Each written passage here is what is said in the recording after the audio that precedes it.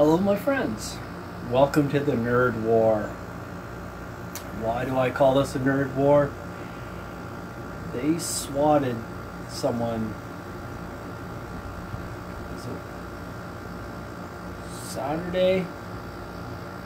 Sunday, so it was, I think it was yesterday. Might have been Friday, but I'm pretty sure it was yesterday. I think it happened very early in the morning. They swatted somebody who is sort of associated with Comicsgate, but is not really Comicsgate, but he's a friend of Comicsgate. And I think that's pretty bad because Edwin Boyette is a very easygoing person.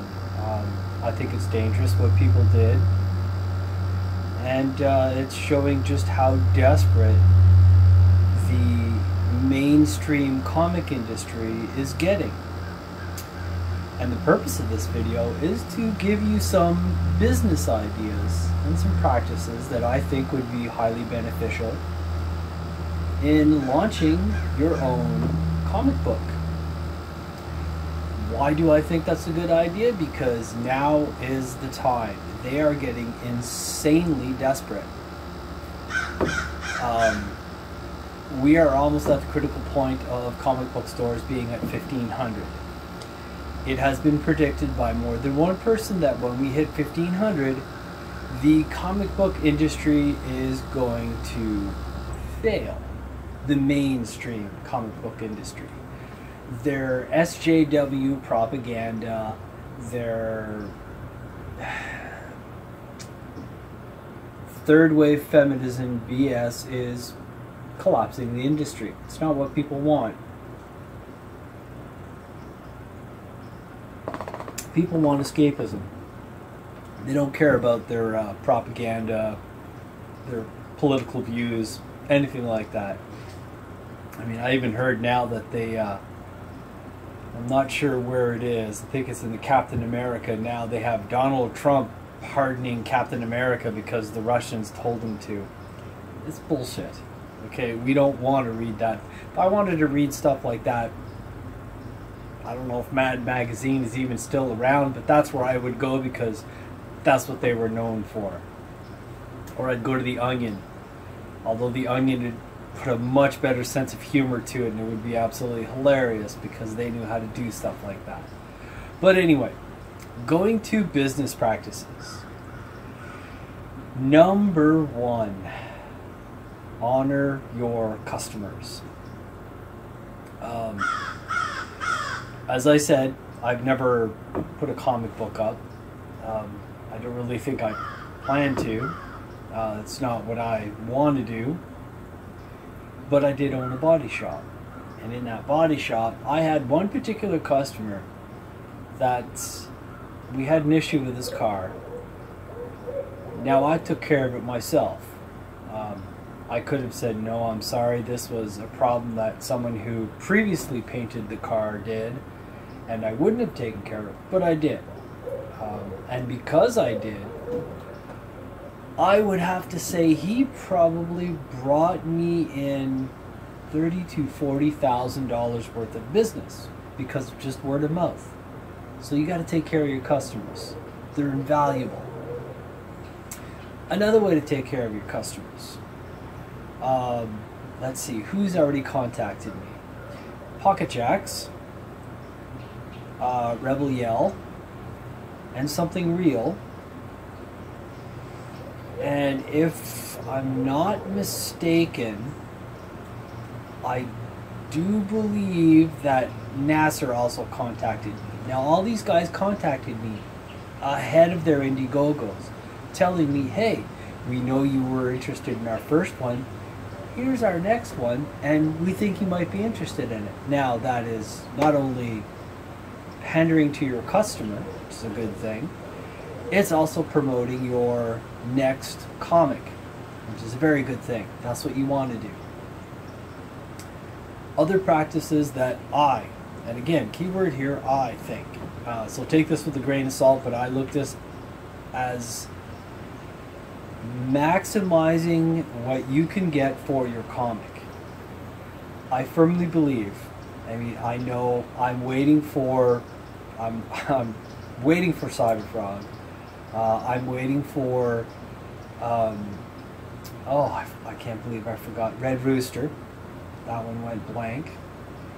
I'm waiting for Lone Star. I'm waiting for these because they were not fully completed. But Nasser's comic, Stardust, was pretty much finished when they did theirs.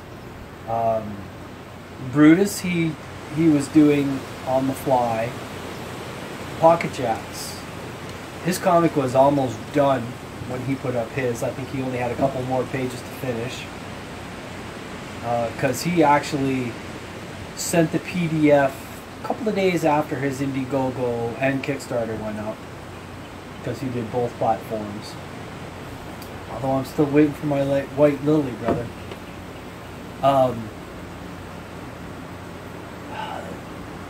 Who else? Rebel Yell. They were done. Theirs was complete because it came so quickly. I think as your first one, if it's your first one, you should really have it ready. Get your Indiegogo done. Do it all nice. I mean, all these comics are fantastic. Do it all nice, make it look pretty, and send it out quick. Be really fast about your first one. You're trying to make an impression here. Because once people see your art, your quality, they are more than likely to wait a little bit longer to get something that you are promoting. I'm trying to think of an example, but I have no example of it yet. I really gotta stop using that word. For instance, now Rebel Yell, I like the story. I can tell that he's very new to comics just by the way the story goes, the way he's telling the story, the way the art is. He's very new to it, but I see a lot of potential in it, so I did back the second one. I will happily see the second one, and if it degrades, which I don't think it will, then I won't buy the next one. But again, he's got most of his stuff done. He's quick about it. If you have a larger project, by all means, do a small one first, and then do a larger project after. Number 2, your first project, do it as yourself. And what I mean by that is do it under your name. If it's successful, Antonio Bryce, there's a perfect example. 3 times he had his comic go up. 3 times it failed. The 4th time, it really started to pick up steam. He got on a live stream with Ethan Van Sciver, and then it took off. So now I'm pretty sure that he's set. Yeah, I mean, he's not going to have any issues. But it took 3 times to get it going. Now, all 4 times, I do believe he's done it under his name. Unlike your boy Zach, and unlike Ethan Van Sciver, who have already done what I'm about to suggest that you do. Once you have your first comic, once that you see there is a market out there, create a business. And when I say create a business, make it some sort of a corporation, an LLC, something. Look into your local laws in the state that you are in. Treat this as a business. This is an income that you can have coming in, doing something that you enjoy. The reason I say that is owning a business, if you treat it as a business and the business is its own entity, which is what an LLC, a C corporation, other corporations do, you are able to write certain things off pre-tax dollars. And I'm not going to go into the minutia of it, but this is something I've researched a lot. Again, I'm going to business, so I understand how some of this works. You can research it for yourself. Each type of corporation has a different different things that will help different types of businesses. Around here in Florida, most of the landscaping companies are all LLCs. And the reason I think they're LLCs is because the laws that govern an LLC are more conducive to landscaping. I don't know what they are. That's just something I noticed, because when you see their business cards, their logos on their trucks, you'll see an LLC as they're incorporated, as well as they say they're insured, but you don't need to be insured if you're a comic book creator. Now, going that route, becoming a business, because you have an LLC and because you can write certain things off, when you get things published, when you have to hire someone, you get to pay them again with pre-tax dollars, depending on the one you set up. Which means it's not digging into your profits, because when you do this all on your own, it's your pocket that it's digging into. Which is why I say do the first one on your own, then do a business. You'll find it much advantageous to yourself. And you might be able to make a very decent income, especially with the climate that's going around now. Excuse me for a second. Cat, shut up. Thank you. Go hunt something. Sorry about that, folks. My cat's sitting there meowing at me. Right now, like I said, this is a nerd war. We're in a nerd war. And the other side, they're floundering. They are going to get more desperate. DC is cutting back. I will link to a video that Ethan did below where he talks about DC this weekend, when I'm putting this video out, which is today is February 24th. This weekend there is a convention, for lack of a better word, of comic book retailers and the industry. And the first thing they said is, oh, don't tell the public that we're in trouble. Well, no, you are in trouble, and the public knows it, because we can see your company records are, you can see what's going on, because they are public access.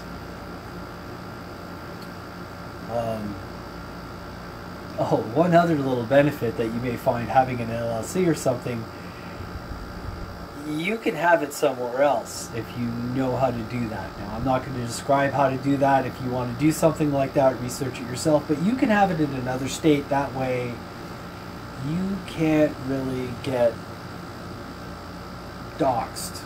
You can't have someone swat you, which unfortunately I think that they're going to be doing more of. And I hope they catch these people. And as someone said on a live stream, technically that, and I agree with them, that is attempted murder. The police were coming to your house, their guns are drawn. So if you're afraid of being swatted, call your local police, tell them that this is a fear that you have, because no matter what, they have to go to your house prepared. They're not just going to come knocking on your door saying, excuse me, but are you being swatted? No, they're going to come prepared. They will tell you what they want you to do. In 2 instances that I've heard, 2 people that have already contacted the police says, yes, what we will do is we will call you, and then we will want you to come out of your house, hands up, and by yourself. Then we will proceed to go into the house, and we will check the house out while you are outside covered, which is fine. I mean, that way you know you're safe, and whoever's in the house, they're safe. But anyway, let's get on to other more business aspects of it. Okay, so I stated I think you should have your first comic completed, or damn near completed. Number 2, I don't think you should give a digital comic, and I'll explain why in a minute. After you do your Indiegogo, usually the Indiegogos you are selling a high quality, much higher than what DC and what Marvel's putting out. Marvel, shit, their ink comes off on your fingers. I see the reviews of comics and it's coming off on your fingers. You're putting out a higher quality product.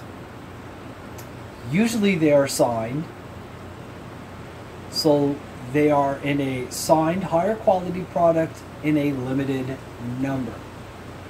Now already there are people that I see on Twitter, YouTube, Gab, which I would highly suggest, much better than Twitter, on all these platforms, and they're saying, oh man, I wish I would have been able to purchase this. I wish I would have been able to purchase that. But I came in too late, I found you too late. Well, there's an opportunity, folks. Do a limited run on Indiegogo or Kickstarter. Personally, I prefer Indie. I'll get into that later. Do your individual run.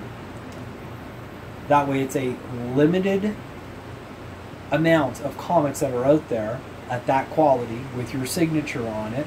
They will, as a collector, they will demand higher dollar.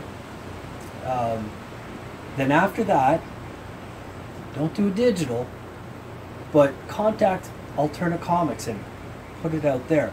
They'll do it in a newsprint version. Now, the people that couldn't get it in the higher quality version, unless you're finding it on eBay, they will buy the newsprint version of it.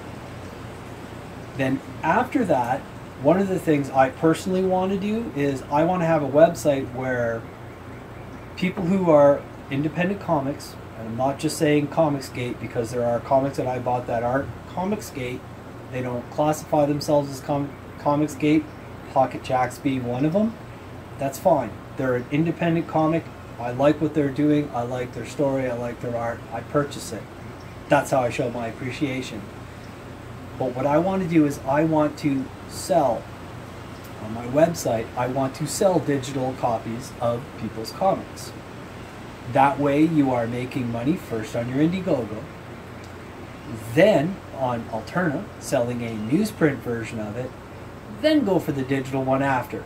So you sell high quality for higher price, lower quality newsprint style old-fashioned comic book for, I think, what does he sell? $1.50, $2, something like that. So you're making profit off of that. And then again, when you sell it digitally on a website, mine or somebody else's, or start your own, you are making money 3 times on one product. That's a lot of bang for your buck. Okay, that's the way you want to do it. You want to maximize your profit.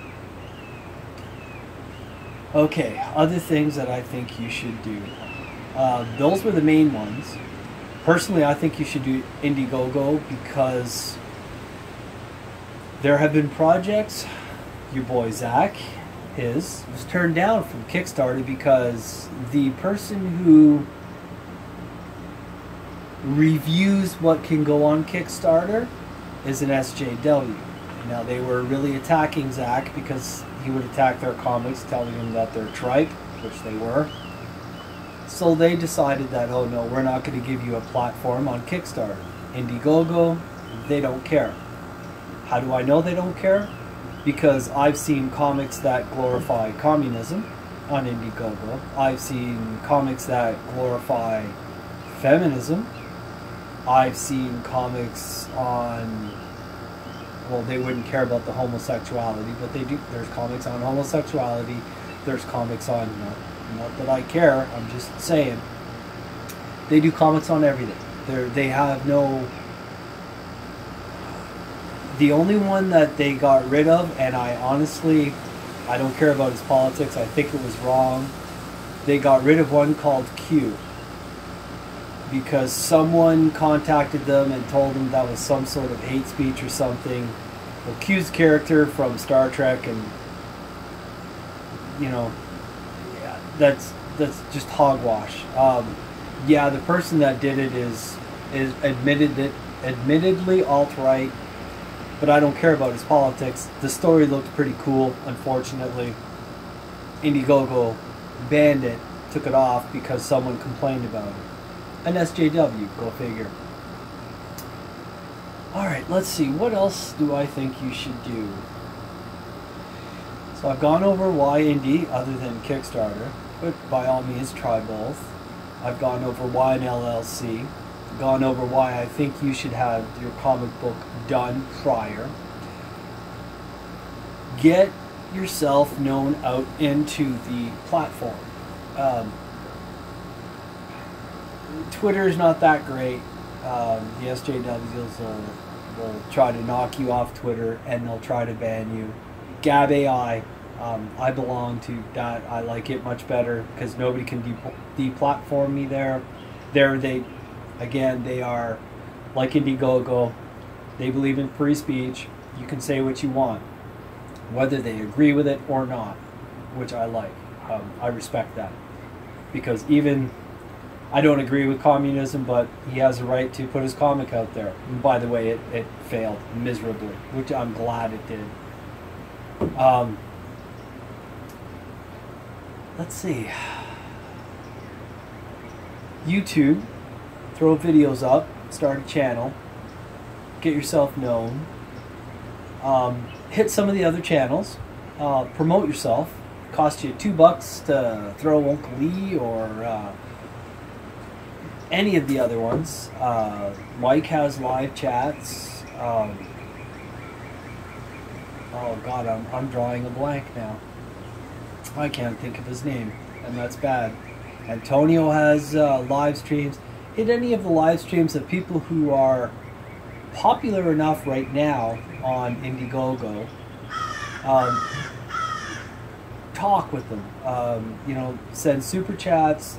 Talk with them within the chat itself. These are, you've got to promote yourself. My body shop, I had zero advertisement. It was all word of mouth, and I was very successful at it until some people screwed me out of some money. But excuse me, that's not my fault.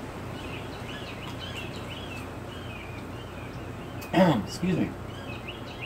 I should have been a little bit wiser in some of my business decisions. So again, watch what you do with your business. Don't overextend yourself, which is what I did with my body shop, which is why I closed it down. But if you don't make mistakes, you're not going to learn anything, and I learned a lot. And I'm glad I learned a lot. It was a good experience. Okay, so let's see. I've gone over comic books, how I think you should put them out, in what order. So high quality, lower quality, and then digital. That way you can sell it 3 times, because digital is too easy to steal. Not that somebody won't make a digital version of it, but I'm just saying. Gone over the LLC or C Corp, whichever one you have to look at what you want to do. C Corp may be too expensive for you to do unless you have another business and you can branch it in on that. The Indiegogo, other than Kickstarter, both if you wish. Talk with your customer, promote. And for the life of me, I can't think of anything else, so I guess that's it.